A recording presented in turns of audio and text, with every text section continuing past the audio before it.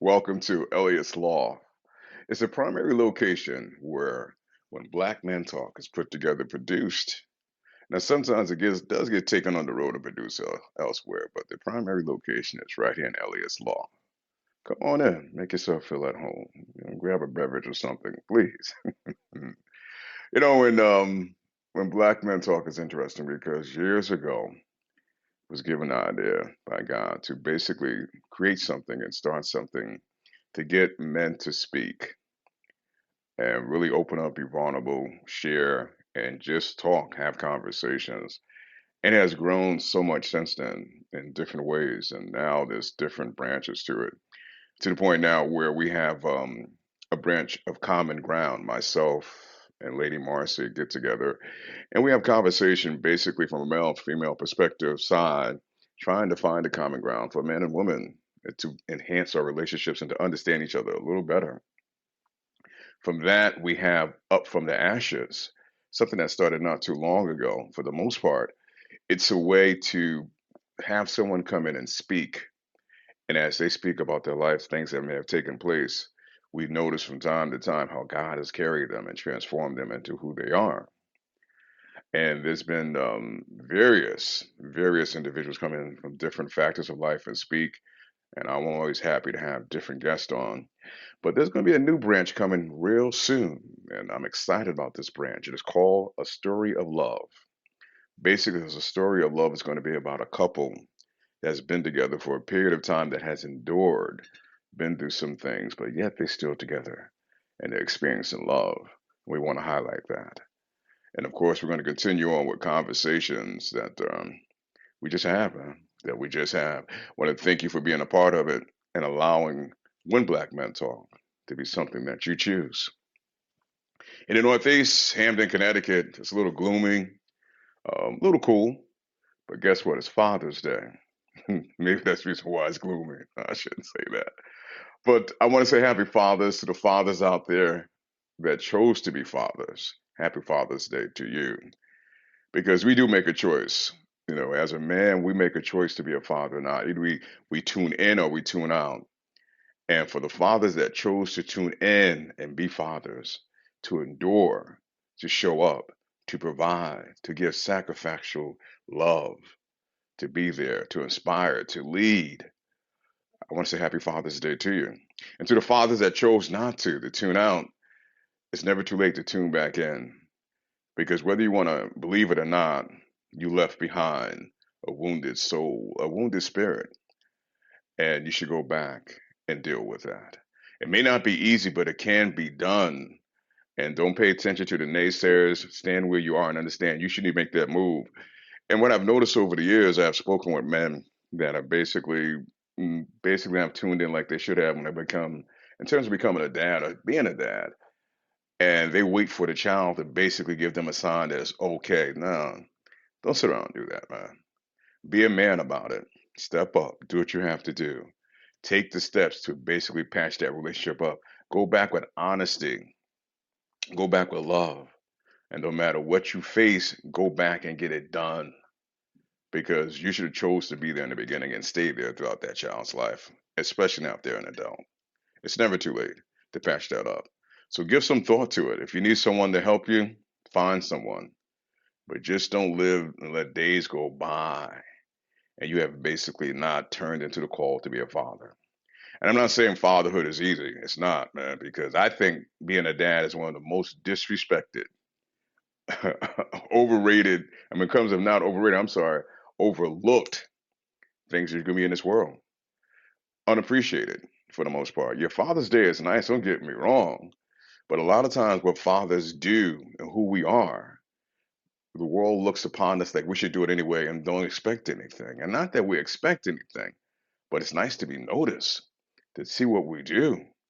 But a lot of times it's not even appreciated. So again, when a day like Father's Day come, all the Hallmark stuff that's said and thrown at you, it's all right. But what about the other 364 days of the year when you have fathers that are dedicated, showing up, doing what's necessary? How do we speak to them? How do we look at them? How do we go about them? How do we pay respect to them? That's what I'm speaking about. So yeah, I'll take the Father Day cards, I'll take the greeting. But myself as a father, if I had none of that coming to me, I know who I am as a father. I became a father at 16 years old. So I know what I'm capable of and who I am as a dad. So I received that, but it was never given to me. I know what I am. And I believe most fathers feel the same way. We just, we just do what we have to do. We go about it. And for that reason alone, I say happy Father's Day to the real dads out there. Keep doing what you got to do, or what you should be doing, I should say. I'm gonna put a question out, and this episode gonna be a few questions, so get us to think a little bit. So walk along with me, if you will. The first question I guess I can ask is, love overrated? Is love overrated? And I guess your first initial response to it could be, "Nah, how can love be overrated?"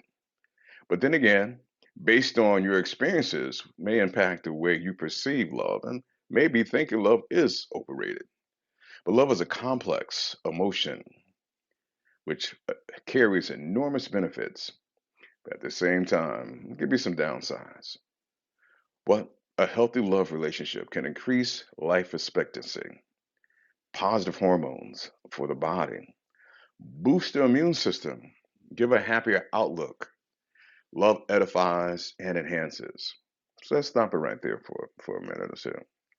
Think about this. A healthy love relationship can increase life expectancy. I'm assuming most of us want to live a long, healthy life.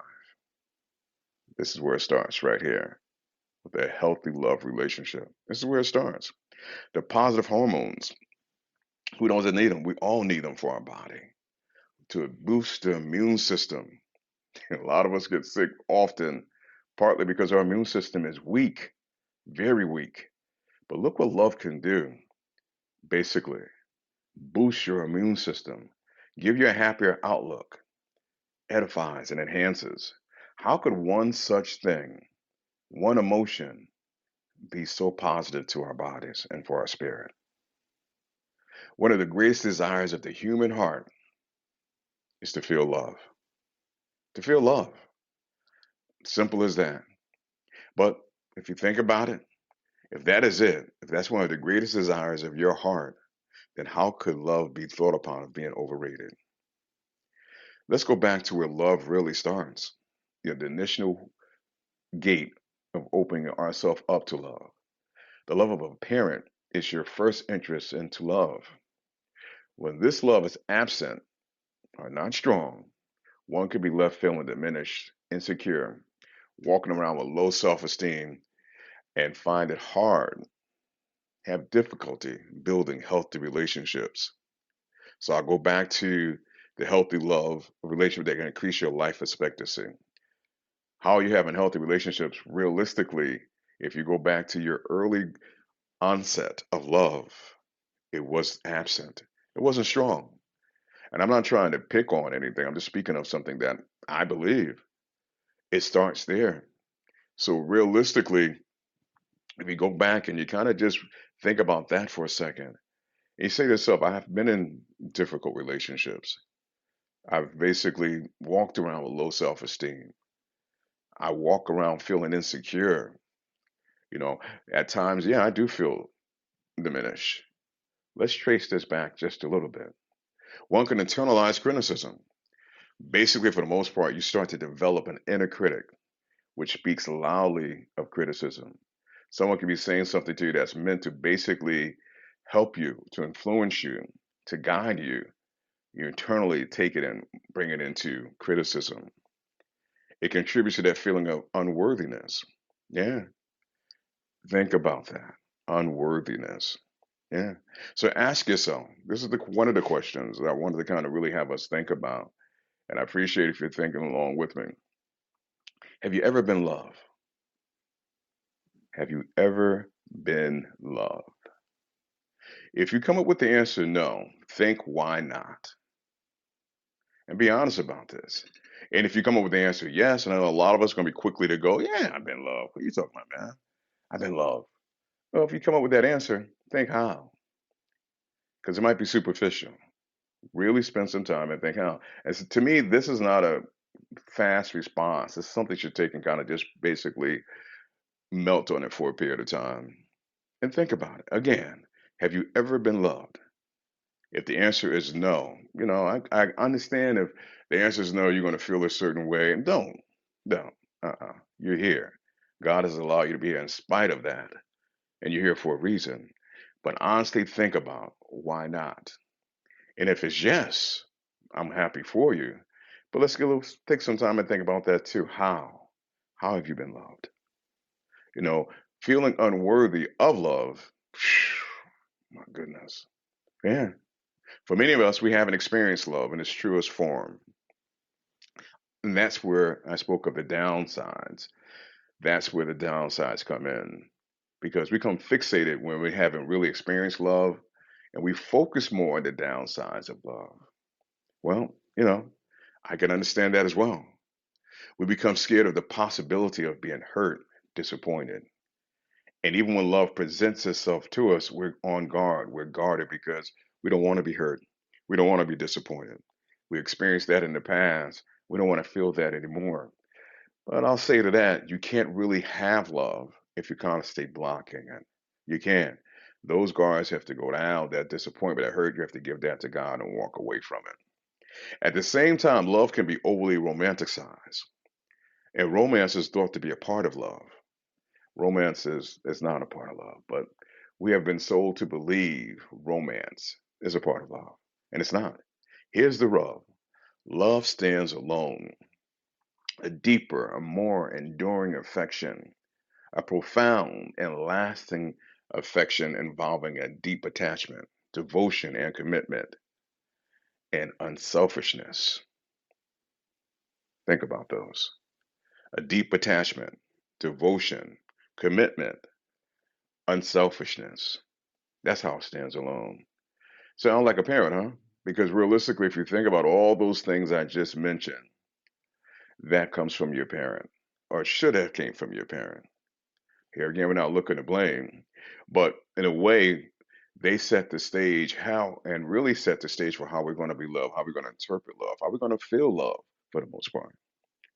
So if our parents were effective in making us feel love as a child, then we're off to a good start. Keep in mind, though, when you go back and start to evaluate, because sometimes our parents may have not done some things they should have done. But keep in mind, people only could do or give what they're capable of giving. So put things in its proper perspective. Love should be more about giving than receiving. And a lot of time we want to feel love. We want to come in, rush through the doors, and we want to feel it. Prioritize in the way of well-being of a loved one. Love is constant. It's enduring.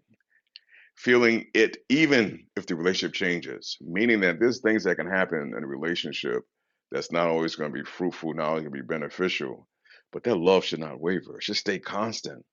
It should always be there. It should be the foundation. It should be what you fall back on when time gets hard. It should be there when things are good. But a lot of times we have looked at love in a sense how it's been romanticized, how it's been portrayed in television, and we only see the bright lights of it. We only see the halo-ness of it. And that's not all about love. We got to pay attention to how we've been influenced. Love can exist without romance. Romance is not necessary. And men, this is flatly on us for the most part. We know romance, what it means to a woman, and we're brought into the concept to please and to excite women. And while we're doing that, we're not realizing that romance is fleeting in a superficial expression of attraction and desire. But that attraction and desire, basically, for the most part, a lot of time it gets translated into think or thought of that as love, and it's far from love. The excitement, the exhilaration, and thrill from the focus from come from doing this romantic stuff, especially in the beginning, is a symbol of I feel a certain way about you, and that way we're kind of basically showing us that I love you, and not necessarily that's not the case. Romance tends to fuel our ego.